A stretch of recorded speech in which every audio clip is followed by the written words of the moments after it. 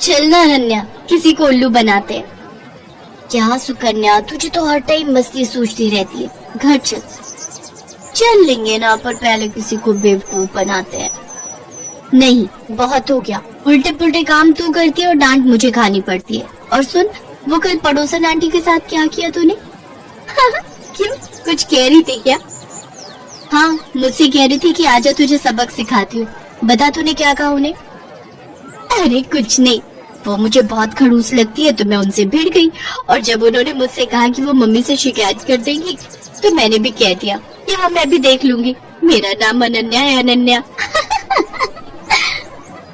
इतना कहकर अनन्या गुस्से में सुकन्या को मारने के लिए दौड़ी और सुकन्या अपने घर की तरफ भागने लगी। अनन्या और सुकन्या जुड़वा बहनें थी, देखने में बिल्कुल एक जैसी। उनमें फर्क कर पाना बहुत ही मुश्किल था। कई बार तो उनके माता पिता भी उन्हें पहचानने में धोखा खा जाते थे और इस बात का सुकन्या बहुत फायदा उठाती थी। वो हमेशा कुछ भी शरारत करती तो डांट बेचारी अनन्या को खानी पड़ती। उस दिन भी घर देर से आने के लिए अनन्या को ही माँ से डांट खानी पड़ी। फिर शाम को, मिल गया सुकून तुझे? अरे यार, क्यों इतनी टेंशन लेती है? 1-2 साल बाद हमारी शादी हो जाएगी, फिर तू कहाँ और मैं कहाँ। सुकन्या धीरे धीरे और चालाक और कामचोर होती गई और अनन्या उतनी ही मेहनती और संस्कारी। मगर दोनों बहनों की किस्मत ने उन्हें एक दूसरे से दूर नहीं होने दिया। दोनों बहनों की शादी एक ही घर में हो गई। बड़े भाई की शादी सुकन्या से और छोटे की अनन्या से। अनन्या को घर का सारा काम आता था, खासकर वो खाना बहुत ही अच्छा बनाती थी, जबकि सुकन्या ने कभी कुछ नहीं सीखा। फिर एक दिन,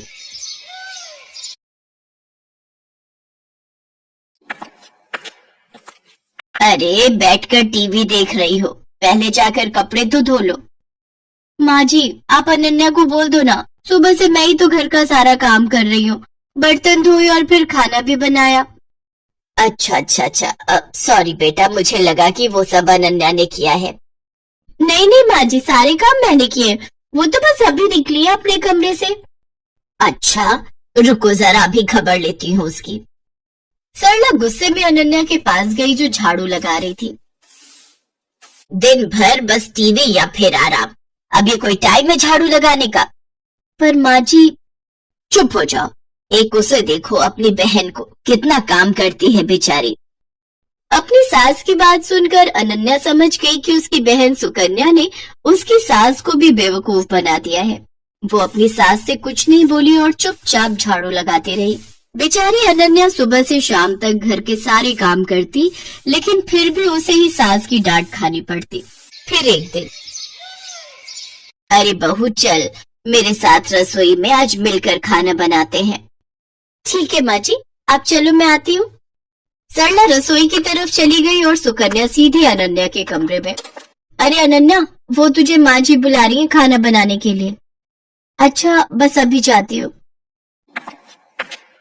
सुकन्या ने एक बार फिर अनन्या को बुद्धू बना दिया था और बेचारी अनन्या को पता ही नहीं था कि उसकी सास ने उसे नहीं बल्कि सुकन्या को बुलाया है। उधर रसोई में, आ गई, कहाँ रह गई थी? चलो एक काम करो, तुम आटा गूंथ दो, मैं सब्जी काट देती हूँ।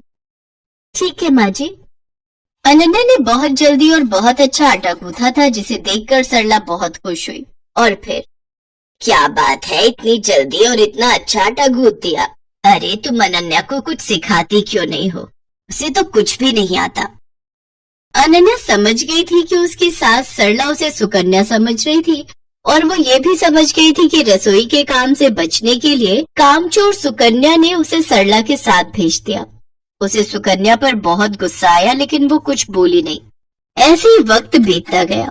सरला की नजर में घर का सारा काम सुकन्या करती थी, रसोई सुकन्या ही संभालती थी, जबकि अनन्या सिर्फ दिन भर टीवी देखती थी, जबकि सच इससे बिल्कुल उलट था। और फिर एक दिन,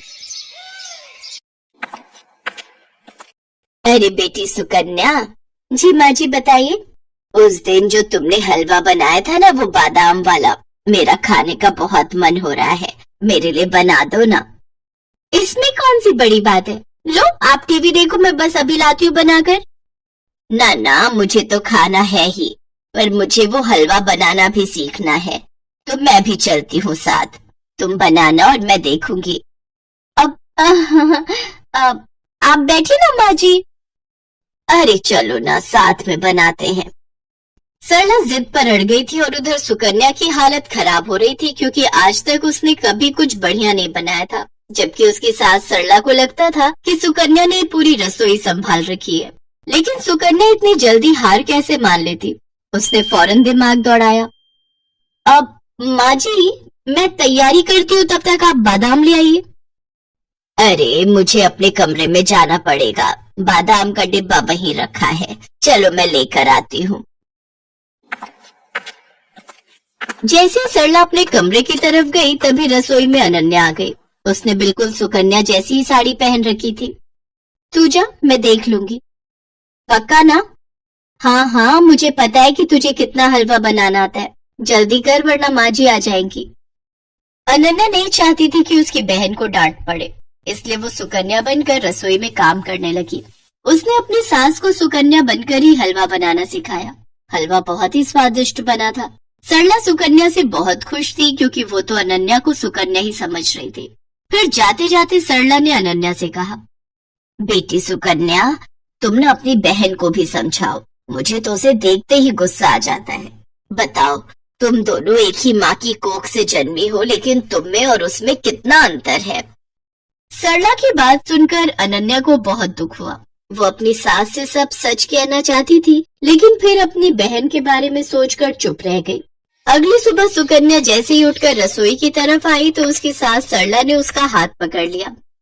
ये क्या कर रही है माँ जी? आज तुझे नहीं छोड़ूंगी। तूने मुझसे हमेशा झूठ बोला, तुझे कुछ नहीं आता और तूने हमेशा अपनी बहन की मेहनत को अपना बताकर आराम तलबी की, और वो बेचारी दिन भर रसोई और बाकी कामों में लगी रही, ऊपर से मेरी डांट भी चुपचाप सुनती रही। सरला लगातार सुकन्या को डांट रही थी, तभी सुकन्या ने फिर से झूठ बोलकर बचने की कोशिश की। नहीं माँ जी, मैं झूठ नहीं बोल रही, मैं तो खूब काम करती हूँ। कल रसोई में सारा दिन लगाकर आपके लिए हलवा बनाया था ना, तब तो आप भी वही थी। वही थी, इसीलिए सब कुछ जान सकी। तूने हलवा बनाया था तो जरा दिखा अपनी कलाई, जो कल कढ़ाई उतारते हुए जल गई थी। दिखा, दिखा ना। अब सुकन्या अपने हाथ पीछे किए बिल्कुल चुप खड़ी थी क्योंकि उसकी चोरी पकड़ी गई थी। इसके बाद सरला फौरन दूसरे कमरे में गई जहां अनन्या अपनी जली हुई कलाई के साथ खड़ी थी। सरला ने उसके सिर पर हाथ फिराया और बड़े प्यार से बोली, मुझे माफ कर दो बेटी, लेकिन तुम भी मुझसे वादा करो कि इस घाव के ठीक हो जाने के बाद भी तुम और कोई दर्द नहीं झेलोगी अपनी उस कामचोर बहन की खातिर।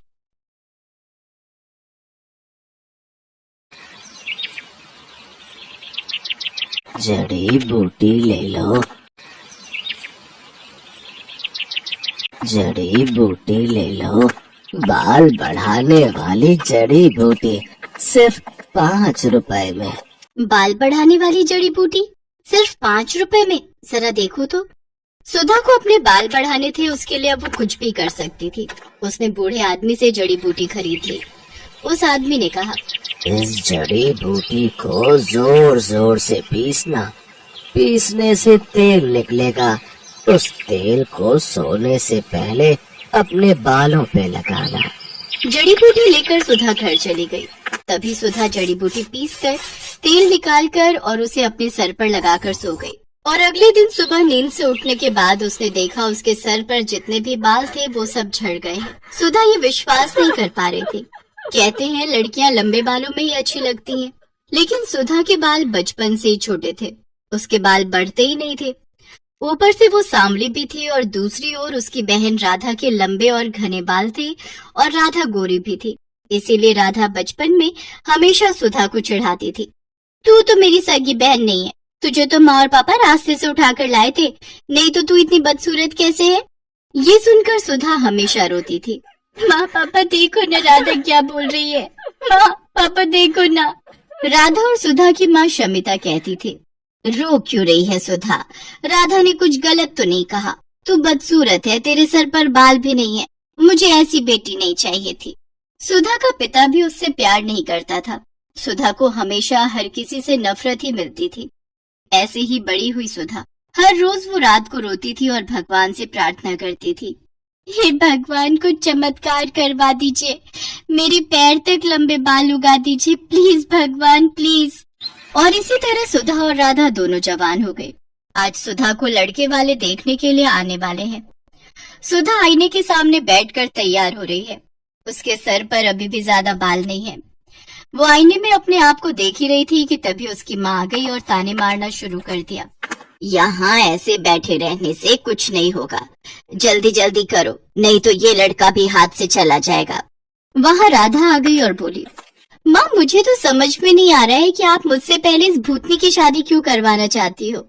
राधा बेटी, इस भूतनी को तो पहले विदा करना पड़ेगा, नहीं तो बाद में कौन इससे शादी करेगा। एक बार बस ये सर से उतर जाए, उसके बाद मैं तेरे लिए बहुत अमीर और अच्छा लड़का ढूंढ कर लाऊंगी। माँ, आप सभी मुझसे इतनी नफरत क्यों करते हो? आखिर मैंने किसी का क्या बिगाड़ा है? तेरे सर पर बाल नहीं है सुधा, तू बदसूरत है, बदसूरत। तू मेरी बहन कहलाने के लायक नहीं है। थू। सुधा रोने लगी। वो पूरी जिंदगी रोती ही आई है। अविनाश नाम का लड़का सुधा को देखने के लिए आया। शमिता के कहने पर राधा अपने कमरे में ही बैठी हुई थी, क्योंकि शमिता ने उससे कहा था, बेटी तू कमरे के अंदर ही रहना, नहीं तो लड़के वाले सुधा से रिश्ता नहीं जोड़ेंगे। खैर, अविनाश के साथ सुधा का रिश्ता तय हो गया, लेकिन उसके लिए बहुत ज्यादा दहेज देना पड़ा। उस बात को लेकर भी शमिता सुधा को ताने मारने लगी। सुधा मन ही मन सोचने लगी, अपने घर में तो मुझे शांति नहीं मिली, शायद ससुराल में जाकर मैं खुश रहूंगी। सुधा की शादी हो गई और शादी वाले दिन ही अविनाश ने राधा को पहली बार देखा और देखते ही उसके प्यार में पड़ गया। यार, मैंने इसे पहले क्यों नहीं देखा? कितनी गोरी है, कितने लंबे बाल हैं इसके। इससे पहले मिल लेता तो मुझे इस भूतनी से शादी नहीं करनी पड़ती। लेकिन अब कुछ नहीं हो सकता था। सुधा अविनाश के साथ ससुराल चली गई और ससुराल पहुंचते ही सुधा की सास विमला ने सुधा को 1000 काम थमा दिए। रसोई जाओ और सारे बर्तन मांजो, उसके बाद खाना बनाओ और उसके बाद पूरा घर साफ करो। मत भूलना कि तुम्हें इस घर की बहू सिर्फ और सिर्फ काम करवाने के लिए ही बनाया गया है। ठीक है माँ जी, नहीं भूलूंगी। सुधा बिना थके काम करने लगी। उसकी सास और उसका पति उसके छोटे छोटे बालों को लेकर मजाक उड़ाने लगे। तुम्हारे बाल तो मुझसे भी छोटे हैं सुधा। ये तो पूरी नौकरानी लग रही है। हाँ हाँ, मुफ्त की नौकरी। अविनाश मजाक उड़ाता ही गया और एक दिन उसके साथ राधा की मुलाकात हो गई। राधा को अपने लंबे बालों को लेकर बहुत अहंकार था। वो सुंदर भी थी। अविनाश को उससे प्यार हो गया और राधा भी अविनाश को पसंद करने लगी और एक दिन अविनाश और राधा ने शादी कर ली। राधा अविनाश के घर चली आई। ये देखकर सुधा को जैसे सदमा लग गया। राधा, राधा तू मेरे साथ ऐसा कैसे कर सकती है? तूने मेरे पति से शादी कर ली। चुप रह, समझी ना? अविनाश तो तुझसे प्यार भी नहीं करता है, वो सिर्फ मुझसे प्यार करता है। हाँ, ऐसे बिना बाल की औरत से कौन प्यार करेगा? मुझे तो लंबे बालों वाली लड़कियां पसंद है। सुधा बस अकेली चुपके से रोती रही। अगले दिन वो बाजार गई और देखा एक बूढ़ा आदमी जड़ी बूटी बेच रहे हैं। जड़ी बूटी ले लो, बाल बढ़ाने वाली जड़ी बूटी सिर्फ 5 रुपए में। बाल बढ़ाने वाली जड़ी बूटी सिर्फ 5 रुपए में? जरा देखो तो। सुधा को अपने बाल बढ़ाने थे, उसके लिए अब वो कुछ भी कर सकती थी। उसने बूढ़े आदमी से जड़ी बूटी खरीद ली। उस आदमी ने कहा, इस जड़ी बूटी को जोर जोर से पीसना, पीसने से तेल निकलेगा। उस तेल को सोने से पहले अपने बालों पे लगाना। जड़ी बूटी लेकर सुधा घर चली गई। रात को सभी सो गए और तभी सुधा ने जड़ी बूटी पीसकर तेल निकाला और उसे अपने सिर पर लगाकर सो गई। और अगले दिन सुबह नींद से उठने के बाद उसने देखा उसके सर पर जितने भी बाल थे वो सब झड़ गए हैं। सुधा को जोर से रोना आ गया। ये क्या हो गया? मेरे सारे बाल झड़ गए, अब मैं क्या करूं? सुधा जोर जोर से रोने लगी और उसे इस हालत में अविनाश, विमला और राधा ने देख लिया। ये क्या, तू पूरी तरह से गंजी हो गई? छी, मैं देख नहीं पा रहा हूँ तुम्हारी तरफ, मुझे उल्टी आ रही है। सुधा, तुम निकलो यहाँ से, यहाँ तुम्हारी कोई जरूरत नहीं है। तुम इस घर में रहोगी तो इस घर का नाम बदनाम होगा। सभी ने मिलकर सुधा को घर से निकाल दिया। सुधा रोती हुई एक जंगल में चली गई। जंगल में वो एक पेड़ के नीचे बैठकर रोने लगी। उसी पेड़ पर एक पंछी रहती थी। उसने सुधा को रोते हुए देखकर कहा, तुम रो क्यों रही हो? सुधा ने उस पंछी को सब कुछ बताया। रो मत, ज्यादातर इंसान बुरे होते हैं, इसीलिए तो हम जंगल में रहते हैं। इस जंगल में सब कुछ है, बड़ी से बड़ी बीमारी का इलाज है यहाँ। एक फल है, उसका रस निकालकर सर पर लगाने से बाल बड़े हो सकते हैं। सच? कहाँ मिलेगा मुझे वो फल? मैं लाती हूँ। उस पंछी ने कुछ ही देर में सुधा को फल ला कर दिया। उस फल का रस निकालकर सुधा ने सर पर लगाया और उसके बाल उगने लगे। उसके बाल सर से पैर तक आ गए, काले लंबे घने बाल, ठीक जैसा सुधा चाहती थी। सुधा ने पंछी से कहा, अच्छी पंछी, तुम्हारा बहुत बहुत धन्यवाद। मैं इस फल का रस लड़कियों को बेचना चाहती हूँ, उन लड़कियों को जिनके बाल नहीं उगते, ताकि उन्हें भी मेरी तरह परेशानियों का सामना न करना पड़े। सुधा जंगल से निकलकर फल का रस बेचने लगी और एक दिन उसे अविनाश और राधा ने देख लिया। तुम सुधा हो ना? हाँ, क्यों? अरे वाह, तुम्हारे इतने लंबे बाल कैसे हो गए? इस फल का रस निकालकर सर पर लगाने से। तुम बहुत खूबसूरत लग रही हो। क्या तुम मेरे साथ घर आना चाहोगी? ये सब देख और सुनकर राधा को जलन हो रही थी। उसने फल का रस लिया और पूरी बोतल अपने सर पर डाल दी, लेकिन उससे असर उल्टा हो गया। उसके सारे बाल झड़ गए और वो गंजी हो गई। ये क्या हुआ मेरे साथ? मैं गंजी हो गई। बहुत अच्छा हुआ, यही लालच का नतीजा है। बचपन से आज तक तूने मुझे चैन से जीने नहीं दिया, अब देख कैसा लगता है। और हाँ विनाश, मैं फालतू लोगों के साथ नहीं रहना चाहती, तुम रहो अपनी पत्नी के साथ। राधा का अहंकार मिट्टी में मिल गया। अविनाश को भी गंजी राधा के साथ ही रहना पड़ा और फल का रस बेचकर सुधा बहुत अमीर बन गई। चारों तरफ उसके बाल के चर्चे होने लगे और वो खुशी खुशी जिंदगी बिताने लगी।